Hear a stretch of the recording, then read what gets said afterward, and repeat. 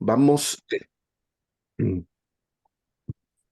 vamos esta noche simple y llanamente a tener una idea introductoria, una visión general de este maravilloso libro. Me gustaría que hablemos un poquito sobre el significado de Apocalipsis y el papel que ocupa dentro de la literatura apocalíptica, que veamos algunos detalles en torno a la fecha y al autor del libro, algunos enfoques relacionados a cómo se ha entendido el libro de Apocalipsis a lo largo de la historia, y al final vamos a concluir con una visión panorámica del contenido del libro.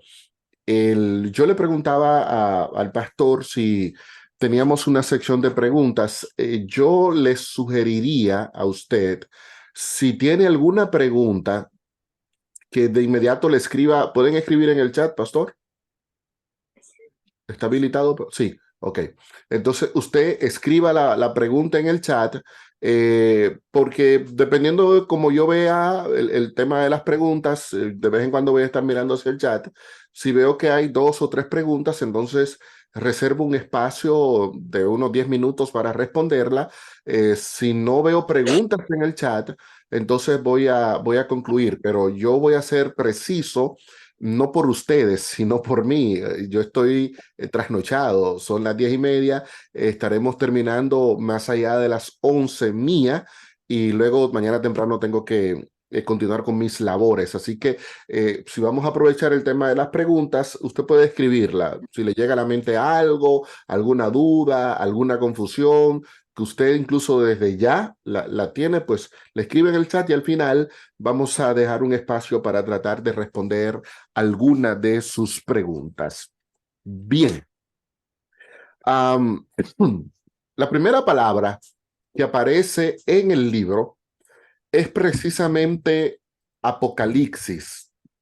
Es un término que simple y llanamente significa revelación.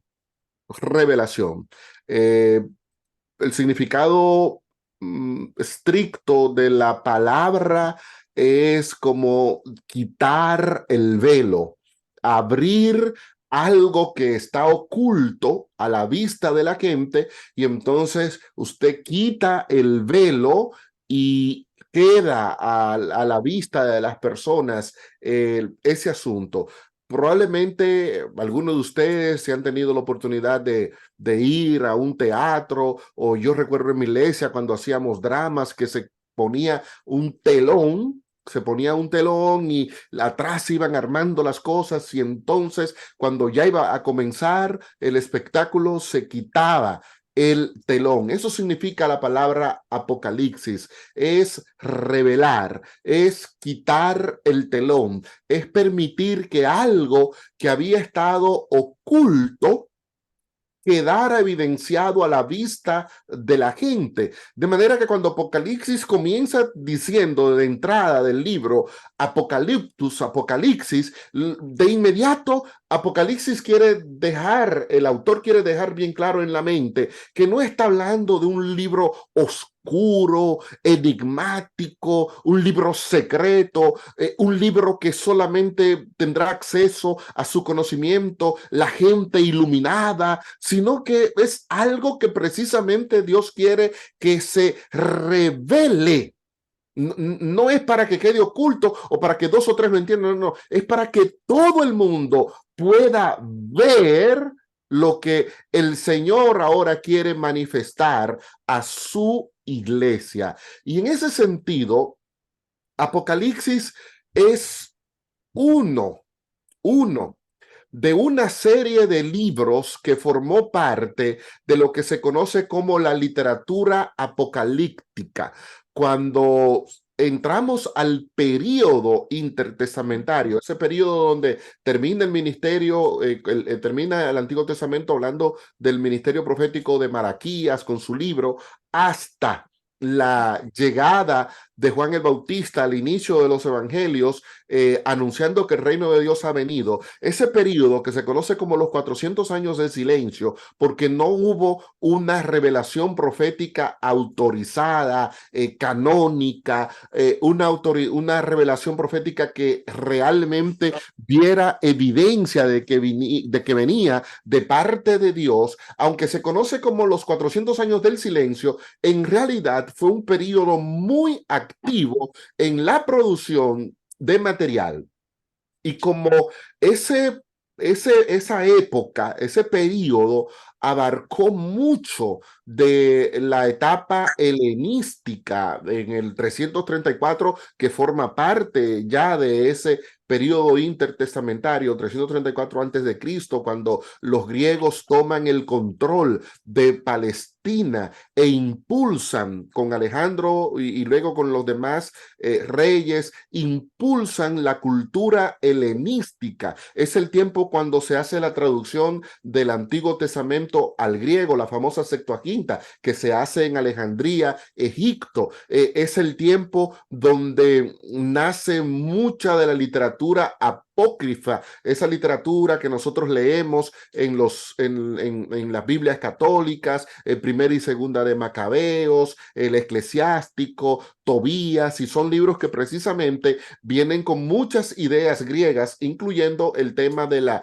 inmortalidad del alma. Pero en ese tiempo también se desarrolló una serie de documentos que no forma parte de nuestra Biblia, no forma parte de los textos deuterocanónicos, como se le llama, o apócrifos, sino que forma parte de la famosa literatura pseudoepígrafa.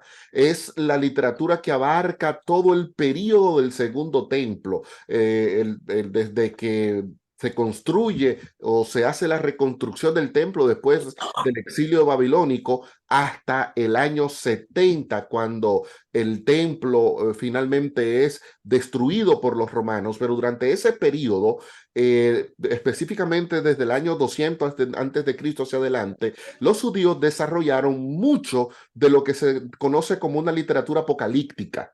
Y uno puede leer, por ejemplo, el Apocalipsis de Enoch, uno puede leer el Apocalipsis de Abraham, también dentro de ese texto, dentro de esos escritos apocalípticos están segunda, tercera, cuarto de Esdras, está el Apocalipsis de Adán, en fin, es una serie de libros, que contiene mucha información vinculada a revelaciones.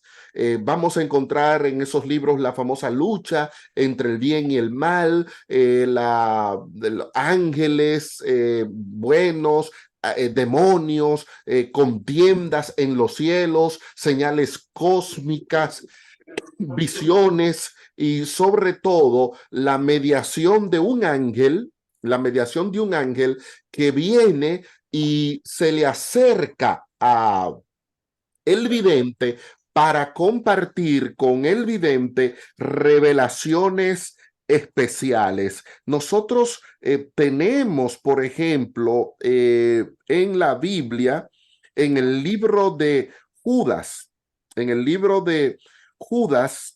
capítulo 1, en el libro de Judas, Judas tiene un solo capítulo, pero en Judas tenemos un texto que precisamente, aunque probablemente formó parte, ¿no?, de la tradición oral genuina dentro de los judíos, pero que luego se incorporó en ese famoso libro sobre el Apocalipsis de Enoch, cuando Judas habla en el versículo 14, de estos también profetizó Enoch, séptimo desde Adán, diciendo: vino el Señor en sus santas decenas de millares para hacer juicio contra todos y dejar convicto a los impíos de todas sus obras impías que han hecho impíamente y de todas las cosas duras que los pecadores impíos han hablado contra él. Esta es una declaración que aparece en Primera de Enoc 1:9, en el famoso Apocalipsis de Enoc. Entonces, estamos viendo aquí en el libro de Judas una declaración que viene de uno de esos apocalipsis. De hecho, en el versículo 9, cuando se habla de la contienda entre el ángel Miguel y Satanás por el cuerpo de Moisés, sí, en Judas capítulo 1, versículo 9, también forma parte de un libro que se conoce como el Apocalipsis de la Ascensión de Moisés. Entonces, lo que yo quiero que ustedes vean es que había otros apocalipsis dentro del judaísmo y que ahora en el libro que nosotros tenemos en el Nuevo Testamento es el primer libro apocalíptico desde la perspectiva cristiana.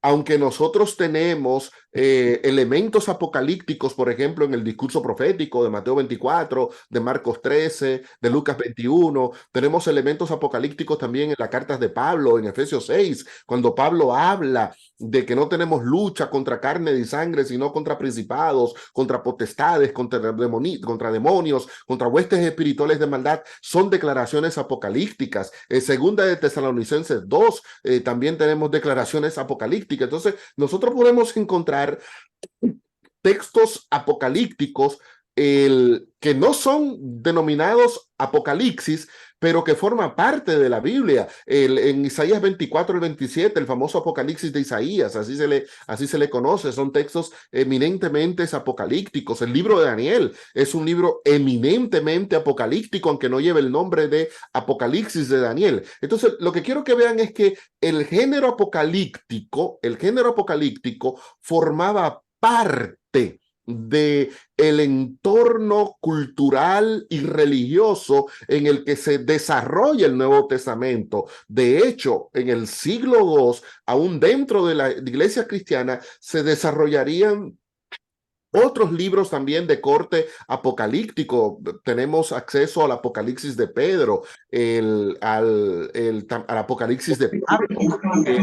Tenemos, aunque a finales también en el siglo II, el famoso Pastor de Hermas, que es un libro donde un creyente cristiano tiene una serie de visiones y comparte esas visiones con la iglesia. Así que la apocalíptica, el contacto con este tipo de material que se caracterizaba por tener visiones, por tener imágenes, por describir el conflicto entre el bien y el mal, y por siempre haber un ángel que estuviera mediando con el mensajero que estaba recibiendo el mensaje, era muy común.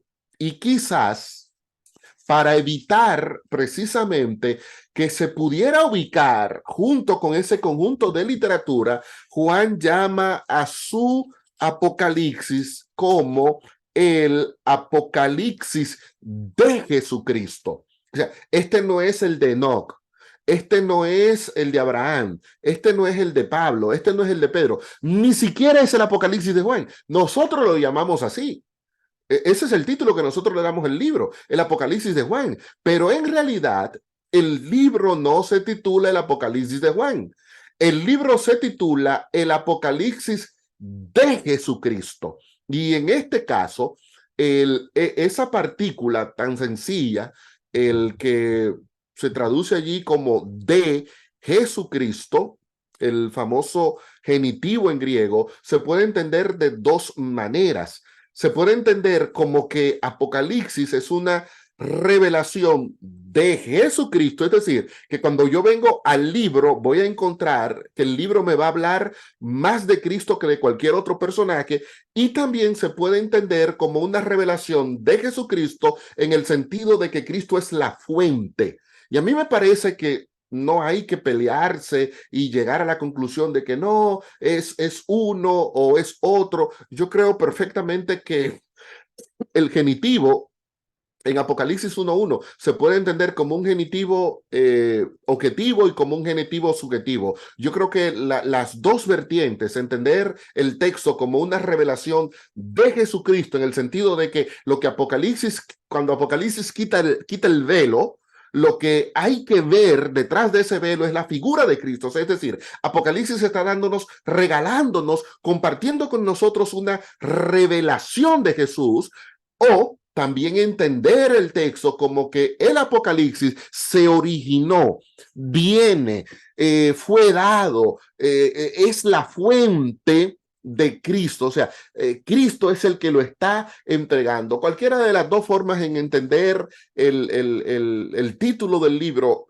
a mí me da la impresión de que es eminentemente válido, pero al establecer que esta es una revelación de Jesucristo, el texto se está desligando de que pueda ser tomado como una simple revelación dada a una persona, o que pueda ser puesto a nivel como el Apocalipsis de Enoch. De hecho, yo estoy trabajando en un artículo académico sobre los puntos comparativos entre el Apocalipsis de Enoch y el Apocalipsis de Juan.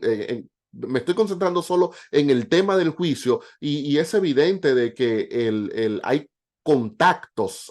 Por supuesto, hay mucha diferencia, pero también hay elementos donde converge lo dicho por Enoch o lo dicho por Juan, como también hay textos en Apocalipsis que están relacionados con el Apocalipsis de Esdras.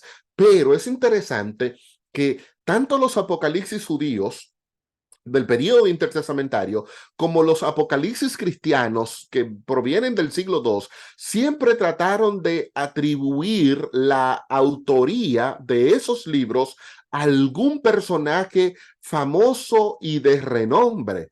¿Cómo no hablar de un apocalipsis de Enoch cuando Enoch fue arrebatado al cielo? ¿Cómo no hablar del apocalipsis de Esdras cuando ya Esdras había muerto hace cientos de años antes? Pero mencionar, estas son las visiones de Esdras, una persona versada y especializada en las escrituras, o en los textos cristianos, el Apocalipsis de Pedro, el gran apóstol, el Apocalipsis de Juan, de Pablo también, otro gran apóstol. Pero en el texto de nosotros es el Apocalipsis de Jesucristo. De Jesucristo. No, no es el apocalipsis de un ser humano, no, es el apocalipsis de Jesucristo. Y el texto dice que ese apocalipsis que proviene de Jesucristo, Dios, es la revelación de Jesucristo que Dios le dio a Jesucristo para manifestar a su siervo las cosas que han de suceder pronto, y la declaró, termina el versículo 1, enviándola por medio de su ángel a su siervo Juan. Es una revelación de Jesucristo, pero ahora viene el texto y dice, bueno, Dios se la dio a Jesucristo. Jesucristo viene y se la da al ángel.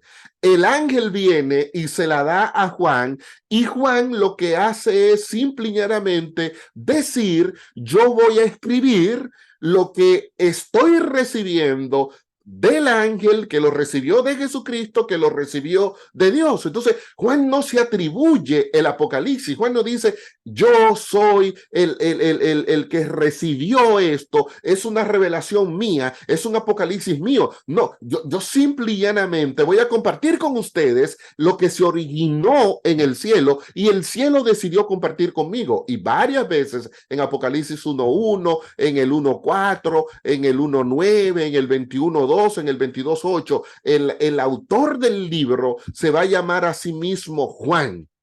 Las declaró, versículo 1, enviándola a su siervo Juan. En el versículo 4, él introduce el saludo Juan a las 7 iglesias, porque Juan tenía que recibir el mensaje, pero Juan no debía quedarse con el mensaje. Juan tenía que el mensaje que él había recibido del ángel, que el ángel recibió de Jesucristo, que Jesucristo recibió de Dios, al final de todo, el punto no era que Juan se quedara con el mensaje, sino que Juan enviara el mensaje a las 7 iglesias que están en Asia, y así se introduce Juan. Juan, a las 7 iglesias que están en Asia, gracia y paz. En el versículo 9 dice que Él es vuestro hermano y compañero en la tribulación, en el reino y en la perseverancia, y que había sido desterrado a la isla de Patmos por causa de la palabra de Dios y del testimonio de Jesús. Luego, ya al final del libro,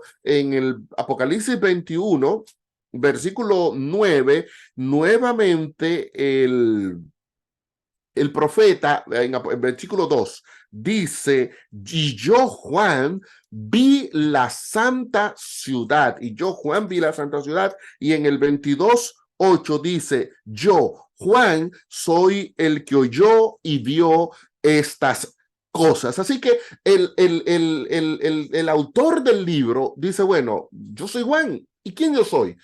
Es interesante que él no se presenta como un apóstol. Él no anda detrás de que se le acepte el contenido del libro por el rango apostólico que tiene, que es precisamente lo que se da en los documentos cristianos escritos durante el siglo II, que fueron documentos donde se le ponía el nombre de un apóstol para que la iglesia creyera que ese documento tenía autoridad. Curiosamente, todos los textos del siglo II que vienen, ¿no? Que el Evangelio de María Magdalena, que el Evangelio de Tomás, que el Evangelio de Felipe, que el Apocalipsis de Pedro, que el Apocalipsis de Pablo, todos esos textos que fueron atribuidos a apóstolos de renombre, ninguno de esos documentos forman parte del canon bíblico. O sea, no, un libro no era aceptado por el simple hecho de que usted diga, yo soy un apóstol, pero Juan en ningún momento se identifica aquí como apóstol. Ni siquiera en el evangelio tampoco. De hecho, nosotros decimos, le ponemos nombre a los evangelios, ¿verdad? Mateo, Marcos, Lucas y Juan, pero en realidad los evangelios son documentos anónimos. Nosotros, la referencia más antigua que tenemos de los autores de los evangelios llegó por un autor del siglo II llamado Papías. Pero los evangelios no dicen quién los escribió. Pablo sí se presenta en sus cartas, Pablo, apóstol de Jesucristo, pero Juan no se atribuye ningún rango apostólico, simple y llanamente se identifica como vuestro hermano y compañero en la tribulación, en el reino y en la perseverancia de Jesucristo. Y a mí me llama mucho la atención. ¿Quién yo soy? Yo no soy un ser especial, extraordinario. La grandeza del mensaje no está en mí. Probablemente él pensaba como Pablo, que Pablo decía, y para que la grandeza del mensaje no se le atribuya al mensajero, Dios puso ese mensaje en un vaso de barro para que la gente entendiera. Lo importante no es el mensajero, lo importante es el mensaje. ¿Y quién es el mensajero? Un hermano. Y no un hermano que está en el punto más alto de la pirámide, no, un hermano que es compañero nuestro en la tribulación, en la tribulación. Y él agrega un dato adicional.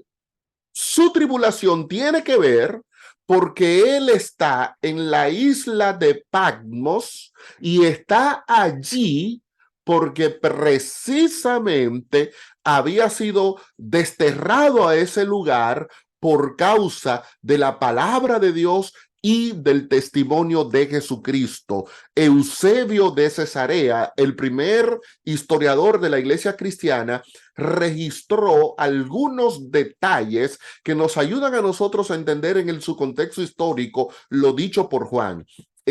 Juan fue desterrado a Patmos por el emperador Domiciano. Domiciano había lanzado una persecución de cierto nivel de importancia sobre la iglesia cristiana y muchas veces esa persecución estaba enfocada en los principales líderes de la iglesia. A veces la persecución no era general que agarraban y se llevaban a todos los cristianos. Por ejemplo, nosotros tenemos un testimonio histórico de Ignacio, que también fue precisamente vivió en la iglesia en la ciudad de Éfeso y cuando Ignacio fue llamado y fue perseguido por Roma, los romanos dejaron a los demás cristianos y se llevaron a Ignacio, porque Ignacio era la cabeza. Entonces muchas veces la persecución estaba enfocada en el principal dirigente que la iglesia tenía en ese momento. Algo así pudo haber sucedido con Juan. Eusebio dice que antes de ser desterrado a la isla de Patmos, Juan había sido lanzado a una caldera de aceite hirviendo. O sea, la idea que tenía el emperador era: a este tipo me lo voy a cocinar. Al ver que el aceite no pudo acabar con la vida de Juan, entonces lo desterró a la isla de Patmos, que en aquel tiempo servía como una especie de mina, una cantera donde se trabajaba mucho con piedras para las grandes construcciones de los romanos, pero que no solamente era una cantera, sino que al mismo tiempo servía como una especie de cárcel.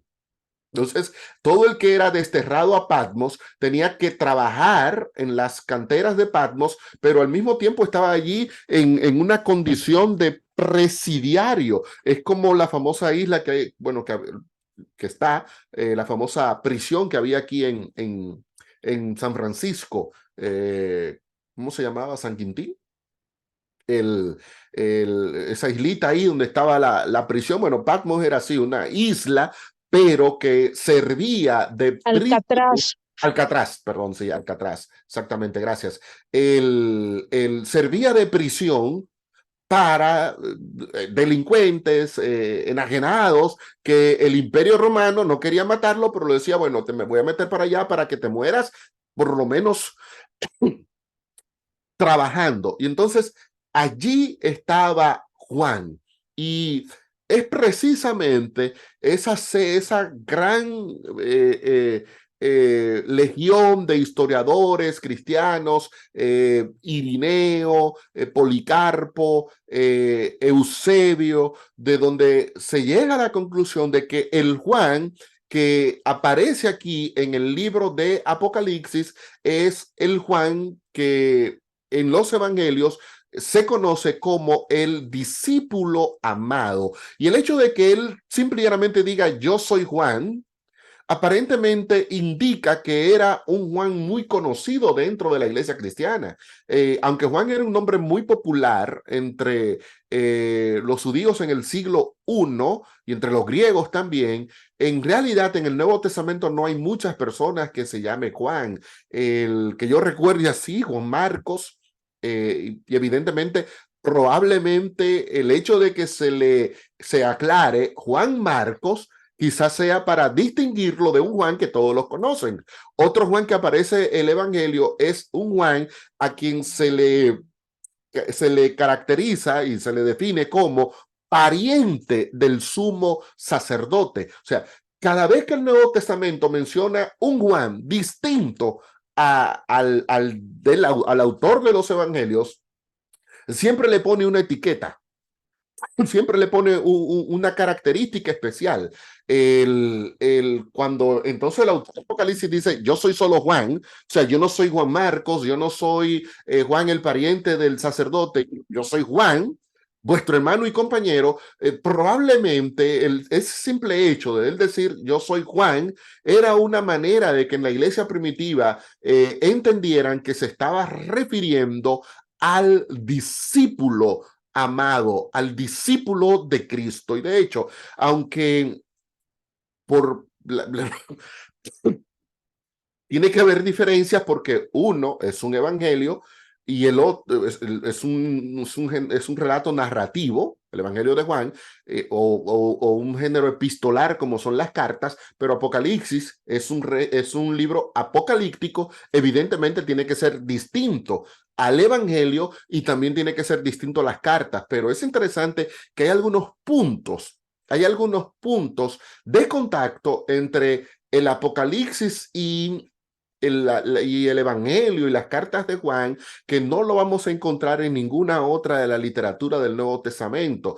Por el hecho, por ejemplo, que a Jesús se le llame el verbo, como se le llama en Apocalipsis 19, es algo que es típico de la literatura juanina, como en Primera de Juan 1 o en Primera de Juan 1:1, donde se le identifica a Jesús claramente como el verbo. Entonces, aunque evidentemente no puede haber una correspondencia literaria con mucha exactitud porque son dos géneros completamente distintos, sí hay puntos en comunes que sugieren evidencias internas de que Juan el apóstol pudo haber sido o el autor del Apocalipsis nosotros lo, como nosotros lo creemos.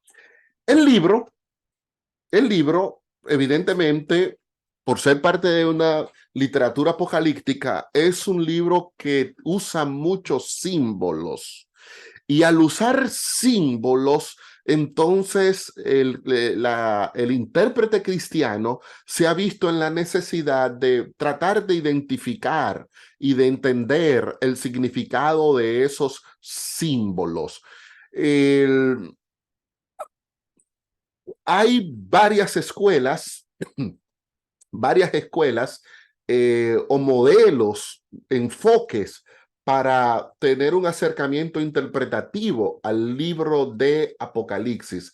Es interesante que estos enfoques encontraron su mayor expresión hermenéutica después de la Reforma Protestante. Recuerde que un elemento importante de la Reforma Protestante fue la identificación del anticristo y los poderes bestiales que aparecen en el libro de Apocalipsis con el papado.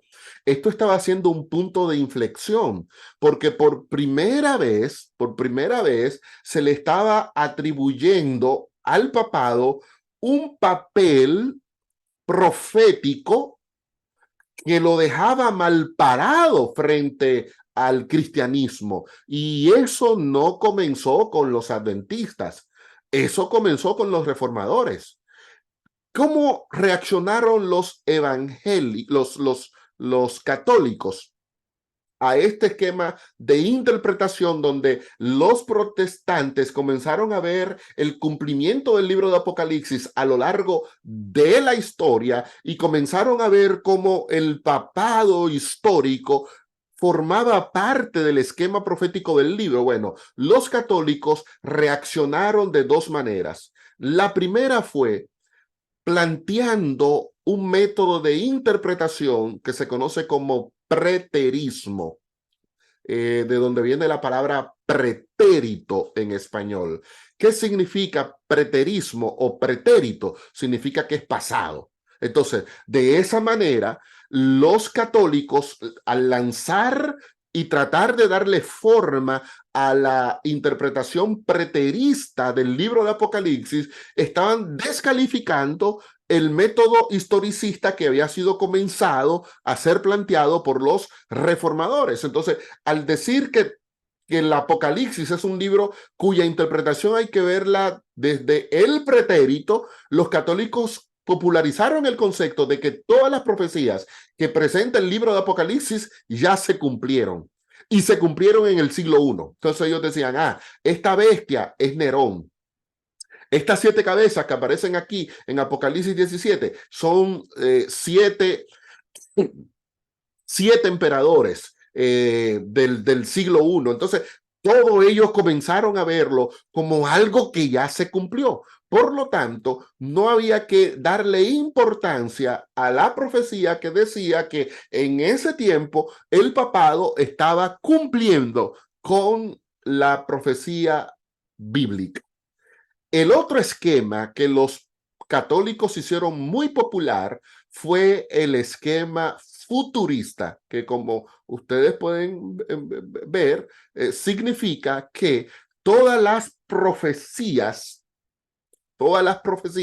que presenta el libro de Apocalipsis están vinculadas hacia el futuro. Es decir, no tiene que ver ni con el pasado y tampoco tiene que ver con la historia que se esté viviendo en el momento. Tiene que ver con acontecimientos futuros. Por lo tanto, cuando los protestantes dicen que el papado es el anticristo. Ellos dijeron, los protestantes están fallando a un principio hermenéutico de interpretación, porque lo que ellos dicen que se está cumpliendo en el Papa es falso, porque Apocalipsis tenemos que verlo desde una perspectiva futurista. Y entonces el libro de Apocalipsis hallará su cumplimiento en la última etapa de la historia humana.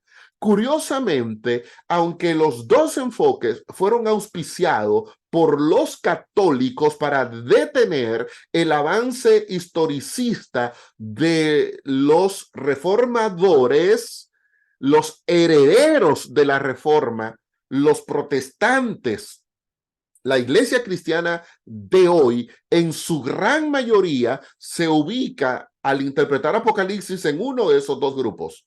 O se ubica en una interpretación preterista diciendo, ok, sí, todo lo que dice Apocalipsis, eso ya se cumplió, ya nosotros no tenemos que andar pendiente de eso.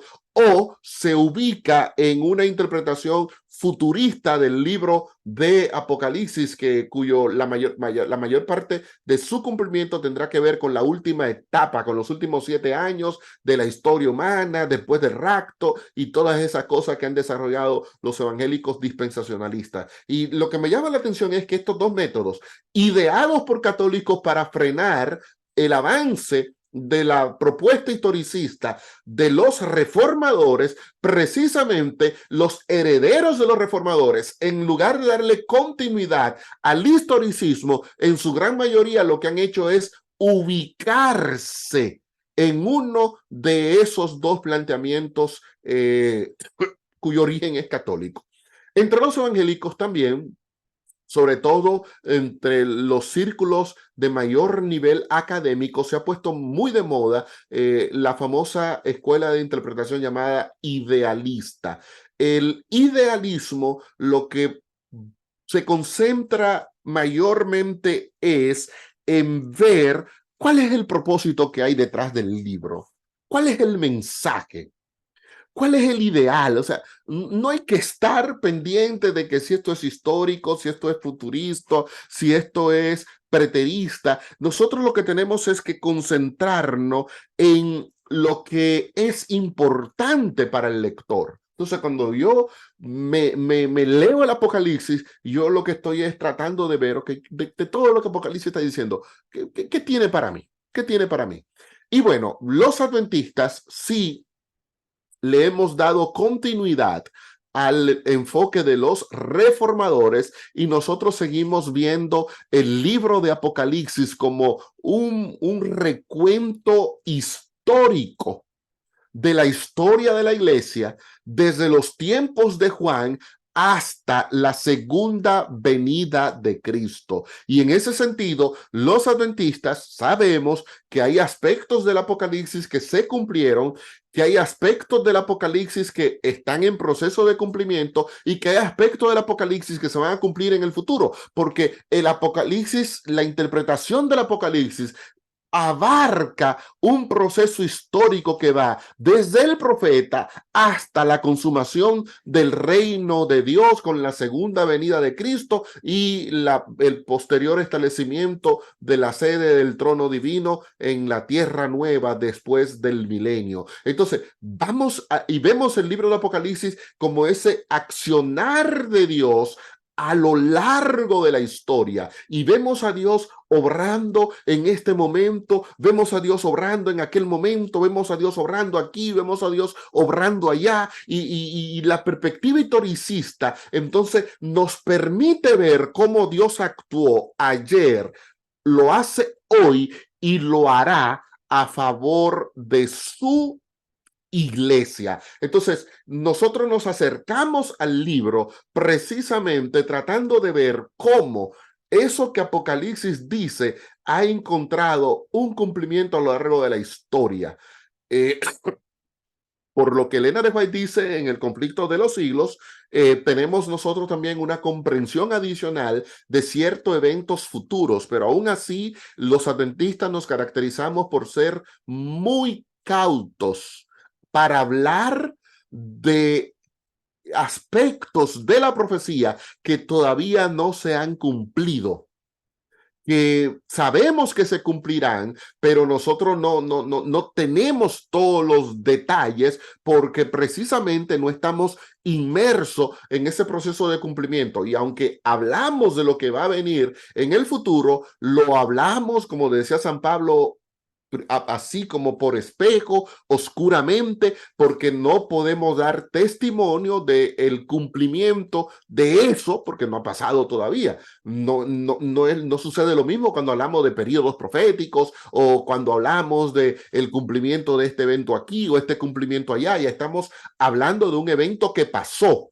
Entonces, estamos en una condición que nos permite describir mejor el cumplimiento histórico porque ya lo hemos encontrado en la historia, pero cuando nos toca hablar de aspectos del libro de Apocalipsis que todavía no se han cumplido, siempre hemos de cuidarnos de no caer en un amarillismo que nos lleve a nosotros a dar un sonido a la trompeta falso.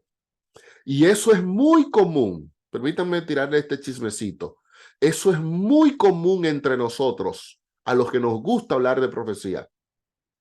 Con el afán de yo sí estoy dándole un toque certero a la trompeta, yo sí estoy diciendo la verdad, caemos en el relajo de hablar mentira y de tratar de engañar a los hermanos y de mantenerlo bajo una tensión y una expectativa que no se corresponde con la realidad. Y muchas veces chasqueamos a la iglesia o a los que creyeron en nuestro mensaje porque nos adentramos a un terreno para hablar de acontecimientos futuros sin tener todo el conocimiento. Dice Deuteronomio 29, las cosas secretas pertenecen a Dios. Nosotros podemos hablar de lo que nos ha sido revelado, pero de lo que todavía no se ha cumplido, nosotros tenemos que ser pero muy cautos. Y yo recuerdo que en el 2008, yo fui invitado por una iglesia de Los Ángeles porque uno de nuestros predicadores había puesto de moda que en el 2008 se cumplían los 120 años de Noé, porque estaba haciendo una relación entre los 120 años de Génesis 6 con 120 años para el mundo. Y entonces él decía que esos 120 años comenzaron en 1888 con el rechazo de la iglesia al tema de la justificación por la fe, y que desde 1888 al 2008 se cumplía ese periodo profético. Vinculó eso a algunas reuniones que el presidente Obama había tenido con el Papa de aquel entonces. Ahora no recuerdo si era Francisco o si era Benedicto XVI, pero y miren, hermanos, aquí está esta reunión, nadie ha querido decir lo que se habló allí, pero ya todo está listo. ¿Y qué pasó? Yo llegué a la iglesia y le dije, hermano, todo eso es falso. Dos o tres hermanos se enojaron conmigo. No, lo que pasa es que estos pastores no quieren alertar a la iglesia. ¿Alertar qué? Ese predicador en un fin de semana se ha llevado $50,000 de ofrenda que recogió con ese tipo de mensaje.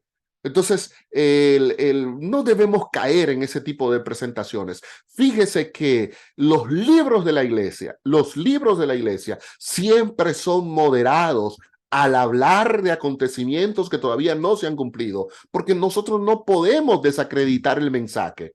Yo recuerdo en el año 2000, y muchos de ustedes que fueron miembros de la iglesia también lo recordarán, la gran expectación que había en la iglesia con el año 2000 y los 6,000 años, y se van a caer los aviones, y muchas cosas que decían los evangélicos, comenzaron los predicadores adventistas a incorporarlo en sus sermones, y lo querían basar en el libro de Apocalipsis. Pero no. El historicismo nos permite ver la profecía a lo largo de la historia, pero nosotros no somos videntes para descifrar con precisión cómo es que van a ocurrir esta serie de acontecimientos que todavía están por delante. Bien, prácticamente se nos acaba el tiempo, no veo preguntas, así que voy ya a terminar con la última parte y voy a agotar todo el tiempo que me queda. Volvamos a ver al concepto de Apocalipsis es una revelación de Jesucristo. Cuando yo abro el libro, lo que tengo que tratar es de encontrarme a Jesús. Entonces, ¿qué hace el Apocalipsis para asegurarse de eso? Siempre que va a introducir una sección del libro, lo hace con una visión relacionada con el santuario. Y entonces el mensaje del libro de Apocalipsis está agrupado en 7 grandes visiones del santuario celestial, y cada una de esas visiones nos permite obtener un cuadro de Cristo antes de adentrarnos a la revelación profética que Juan va a desarrollar. Por ejemplo, en Apocalipsis 2 y 3 tenemos las 7 iglesias. El mensaje a las 7 iglesias. 7 iglesias que formaban parte de la comunidad cristiana de Asia Menor, comenzando con Éfeso y terminando con la Odisea.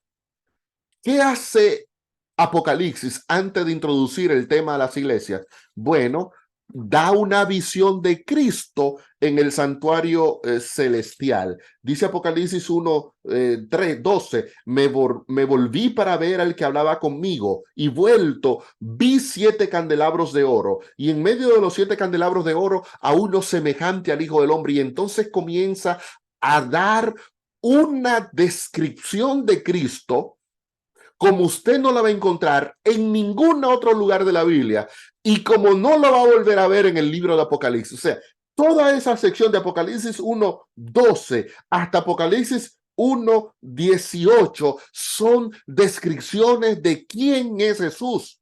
O sea, es lo primero que Juan hace. Es como si Juan quisiera decirnos a nosotros, hey, de la bestia, yo apenas digo 2 o 3 cositas. Pero mira todo lo que te estoy diciendo de Cristo. Cristo es el que está en medio de los 7 candelabros de oro, se le conoce como el Hijo del Hombre, tiene un cinto de oro ceñido en su pecho. Él es el primero y el último, el que estuvo vivo y el que murió pero ahora está vivo, el que tiene las llaves del Hades. O sea, Juan viene y quiere que nosotros nos concentremos en esa figura. Es lo primero que Juan hace en el libro, darnos una descripción de Cristo, y luego vienen las iglesias.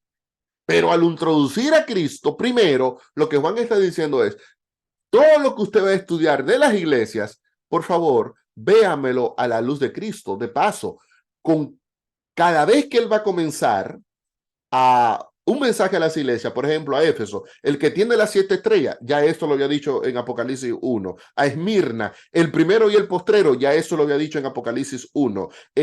A Pérgamo, el que tiene la espada aguda de 2 filos, ya lo había dicho en Apocalipsis 1. O sea, cada introducción que él hace a la iglesia es repitiendo uno de los títulos o de los aspectos que se habían utilizado en el capítulo 1 para describir a Cristo. Luego viene el segundo grupo de 7, los sellos. Apocalipsis 6 y 7, los sellos. Pero ¿qué hace Juan antes de describir los sellos? Bueno, antes de describir los sellos, Juan presenta la segunda visión del santuario, Apocalipsis 4 y 5. Vi una puerta abierta, dice el versículo 1, en el cielo, y la voz que hablaba conmigo me hablaba y dijo, ven, sube acá y te mostraré las cosas que han de suceder pronto. Y entonces él comienza aquí a describir el trono de Dios y describe a Dios el creador. Pero luego viene todo el capítulo 5 es para describir a Cristo y presentar a Jesús como el que va a abrir los sellos. El león de la tribu de Judá, dice Apocalipsis 5:5, ha vencido para abrir el libro y desatar sus sellos. Entonces, lo que nosotros vamos a ver en Apocalipsis 6 y 7 no es más que al Cristo que ejecuta lo que ha conseguido con su victoria en el capítulo 5. Y él abre el primer sello, él abre el segundo, el tercero, el cuarto, el quinto, los 7 sellos, lo abre él. Pero para nosotros entender los sellos, tenemos que entender que es Cristo el que lo abre. ¿Y quién es más importante? ¿El sello o el que tiene el poder de abrir el sello? Entonces, nuevamente, los sellos tienen que apuntarme a que yo vea al que lo está abriendo. Porque si el que lo está abriendo no hubiera aparecido, dice Juan, y yo lloraba mucho porque no había ni en el cielo ni en la tierra a nadie que pudiese abrir el libro. Bueno, pues apareció Cristo y abrió el libro. La tercera visión del santuario la encontramos en Apocalipsis 8, 2 y 3. Vi a los 7 ángeles que estaban delante de Dios y se le dieron 7 trompetas. Y otro ángel vino y se paró ante el altar con un incensario de oro y se le dio mucho incienso para añadirlo a las oraciones de los santos sobre el altar de oro que estaba delante del trono. Y el humo del incienso con las oraciones de los santos subió de la mano del ángel a la presencia de Dios. Y el ángel tomó el incensario, lo llenó del fuego del altar y lo arrojó a la tierra y hubo trueno. Esa es la visión que introduce las trompetas. En el Antiguo Testamento, los sacerdotes tocaban las trompetas para anunciar la venida del juicio del día de la expiación. Ahora, aquí en Apocalipsis 8, ese otro ángel es un símbolo de Cristo. Se está presentando a Cristo como el sacerdote que tiene el incensario. El incensario era el único mueble que en la Biblia aparece tanto en el lugar santo como en el lugar santísimo. En Hebreos 9 se menciona en el lugar el santísimo y en Éxodo 40 se menciona en el lugar santo, porque el incensario se tomaba también y se llevaba al lugar santísimo durante el día de la expiación. Así que lo que Apocalipsis 8 quiere decirnos aquí es, ya Cristo se está preparando para comenzar su segunda fase de mediación. Y es interesante que la cuarta visión del santuario, en Apocalipsis capítulo 11, versículo 19, miren la que es: el templo de Dios fue abierto en el cielo y el arca de su pacto se dejó ver. Miren, noten el movimiento. Apocalipsis 1 comenzó con un Cristo que estaba en el lugar santo ministrando con candelabros, pero ya en Apocalipsis 11, 19, que es la visión que introduce la sección central del libro, Apocalipsis 12, 13 y 14, se presenta el arca del pacto. Ya se está presentando a Jesús ministrando y actuando en la segunda parte del templo celestial. Ya con ese movimiento, eso nos está diciendo a nosotros que la mayor parte de los eventos de Apocalipsis 12 al 22 tiene que ver con lo que ocurre mientras Cristo es nuestro sumo sacerdote en el templo celestial, en el lugar santísimo. Apocalipsis 1 al 11 es mucha historia con un poco de escatología. Mucha historia con un poco de escatología. Las iglesias, historia, excepto la última, la Odisea, que tiene que ver con el fin. Los sellos, historia, excepto los últimos 2 que tienen que ver con el tiempo del fin. Las trompetas, historia, excepto la última que tiene que ver con el tiempo del fin. Pero Apocalipsis 12, 13 y 14 tiene un poquito de historia. La primera parte, el niño, ¿verdad? La historia que tiene que ver con el nacimiento de Cristo, pero luego va a describir eventos que tienen que ver con el fin del tiempo. Por eso la visión del arca. Quinta visión del santuario es en Apocalipsis 15, versículo 5 en adelante, cuando aquí se cierra el templo.